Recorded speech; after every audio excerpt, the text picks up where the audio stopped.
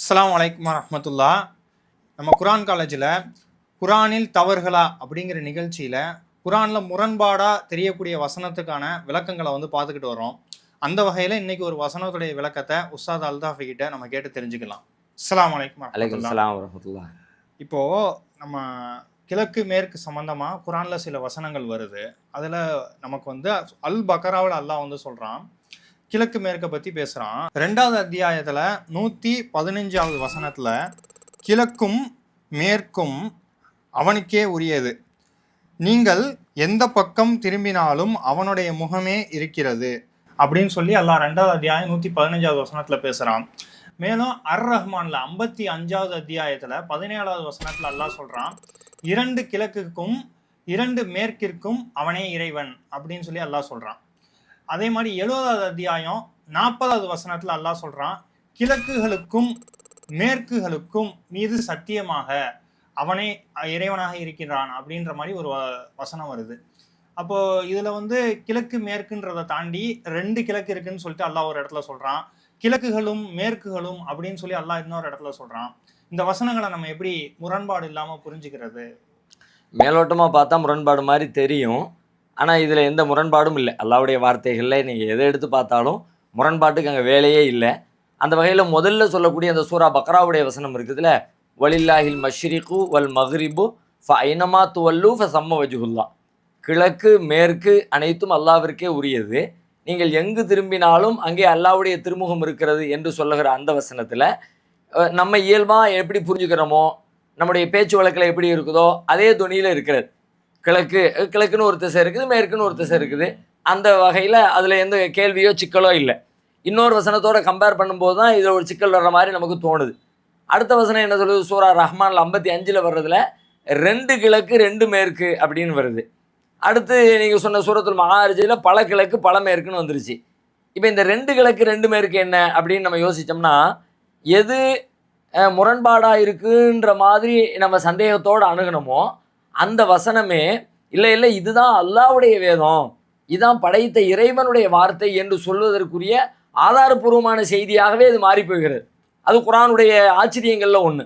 எப்படி அப்படின்னு கேட்டால், இந்த சூரியன் உதிக்கிறது சூரியன் மறைகிறது அதனுடைய அறிவியல் பூர்வமான நடவடிக்கை யதார்த்தத்தில் எப்படி இருக்குது அப்படின்னு சொல்லி கேட்டால், ஒரே குறிப்பிட்ட பாயிண்டில் உதித்து குறிப்பிட்ட பாயிண்டில் மறைகிறது இல்லை. அந்த மாதிரி ஒரே இடத்துல உதித்து ஒரே இடத்துல மறைஞ்சா ஒரு கிழக்கு ஒரு மேற்கு அதோட முடிஞ்சிருச்சு.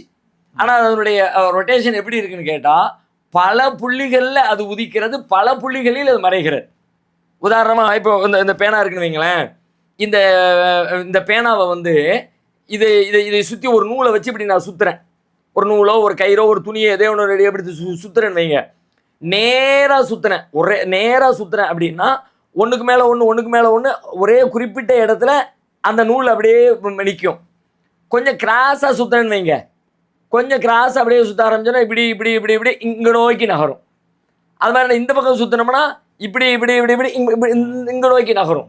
ஒரே இடத்துல நேராக சுற்றினா ஒன்றுக்கு மேலே ஒன்றா கரெக்டாக ஒரே அச்சில் நிற்கும். கொஞ்சம் கிராஸ் ஆச்சு அப்படின்னா அப்படியே இந்த பேனா முழுக்க வந்துடும், இந்த பேனாவுடைய அந்த பக்கமும் போயிடும். இப்போ சூரியன் உதிக்கிறது பூமியில் எப்படி இருக்குது அப்படின்னு சொல்லி கேட்டால், பூமியே ஆல்ரெடி கொஞ்சம் கிராஸாக இருக்கிறதுனால இந்த கிராஸின் காரணமாக எப்படி உதிக்குது, இப்படி இப்படி இப்படி இப்படி இப்படி ரவுண்டாக அப்படியே கைத்தை இப்படி சுற்றிக்கிட்டு வந்தால் எப்படி இருக்கும், அந்த மாதிரி உதிச்சுக்கிட்டே வருது. ஒரு நாளைக்கு இங்கே, ஒரு நாளைக்கு இங்கே, ஒரு நாளைக்கு இங்கே, ஒரு நாளைக்கு இங்கே, இப்படியே போகிறது. கிட்டத்தட்ட மைய புள்ளியிலிருந்து வலது பக்கத்தில் ஒரு 6 மாத காலம் ட்ராவல் பண்ணும், இடது பக்கத்தில் ஒரு 6 மாத காலம் ட்ராவல் பண்ணும். இப்படித்தான் சூரியன் உதிக்கிற சூரியன் மறைகிற இயல்பான நிலை இப்படி தான் நடந்துக்கிட்டு இருக்கிறது. இது சாதாரணமாக அறிவியல் எல்லாருக்குமே தெரிஞ்ச ஒரு இயல்பான உண்மை. இன்னைக்கு அது இயல்பான உண்மை. ஆனால் 14 நூற்றாண்டுகளுக்கு முன்னாடி இந்த அறிவியல் உலகத்தில் கண்டுபிடிக்கப்பட்டுச்சா, இதை தெரிஞ்சவங்க இருந்தாங்களா இல்லையா நமக்கு தெரியாது. ஆனால் அன்றைக்கே திருக்குர்ஆன் இந்த உண்மையை உலகத்துக்கு சொல்லி கொடுக்குற வகையில் 2 கிழக்கு 2 மேற்கு, பல கிழக்கு பல மேற்கு என்கிற சொற்களை பயன்படுத்துகிறார். சரி, அதில் 2 கிழக்குங்கிறான அது என்ன அப்படின்னு நீங்கள் பார்த்தீங்கன்னா, இந்த 2 லாஸ்ட் எட்ஜை பற்றி பேசலாம். எக்ஸ்ட்ரீம் லெவல், அதிகபட்சமாக 2 எக்ஸ்ட்ரீமில் இந்த சூரியனுடைய உதிப்பும் மறைவும் இருக்கும். எப்படி இருக்கும் அப்படின்னா, மார்ச் மாதம் 21ஆம் தேதி பூமியினுடைய மைய பகுதியில் சூரியன் உதித்து மைய பகுதியில் சூரியன் மறையும். பூமி உருண்டை இருக்குல்ல, அந்த உருண்டையினுடைய மையத்துல 21 மார்ச் 21 அன்னைக்கு சரியான மையத்துல இருக்கும். அந்த மைய புள்ளி இருக்குதுல்ல, அன்னைக்கு நீங்க பாத்தீங்கன்னா இரவும் பகலும் சேமா இருக்கும் டைம். மிகச்சரியாக இரவு எவ்வளவு நேரமோ அதே அளவுக்கு நேரம் பகல் இருக்கும். 12 மணி நேரம் இரவுனா 12 மணி நேரம் பகல்.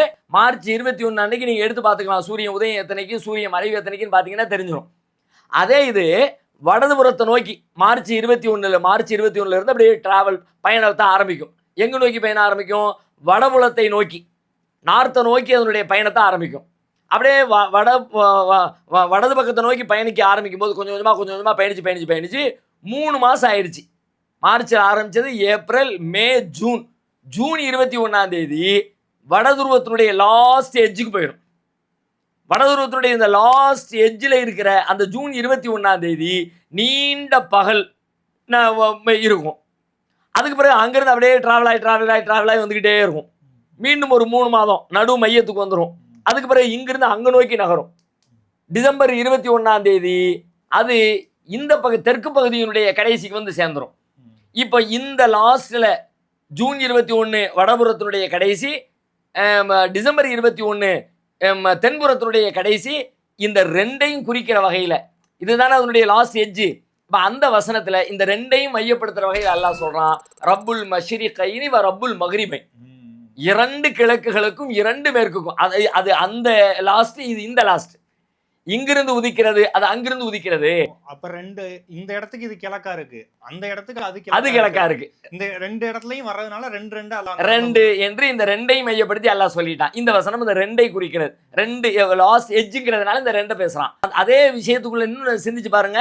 இது 2 மட்டும் இல்லை, ஒவ்வொரு நாளும் ஒவ்வொரு புள்ளியிலும் உதித்து கொண்டே இருக்கிறது, ஒவ்வொரு புள்ளியில் மறைந்து கொண்டே இருக்கிறது. அப்படி பார்த்தா கிட்டத்தட்ட 365 நாட்களுக்கு 365 புள்ளிகளில் உதிக்கிறது. அப்ப எந்த புள்ளியில் உதிக்கிறதோ அந்த புள்ளி கிழக்கு, எந்த புள்ளியில் மறைகிறதோ அந்த புள்ளி மேற்கு. அப்ப இப்படியே 365 புள்ளிகளில் உதிக்கிற காரணத்தினால் 365 கிழக்குகள் இருக்கிறது. 365 மேற்குகளில் புள்ளிகளில் போய் மறைகிற காரணத்தினால் 365 மேற்கு இருக்கிறது.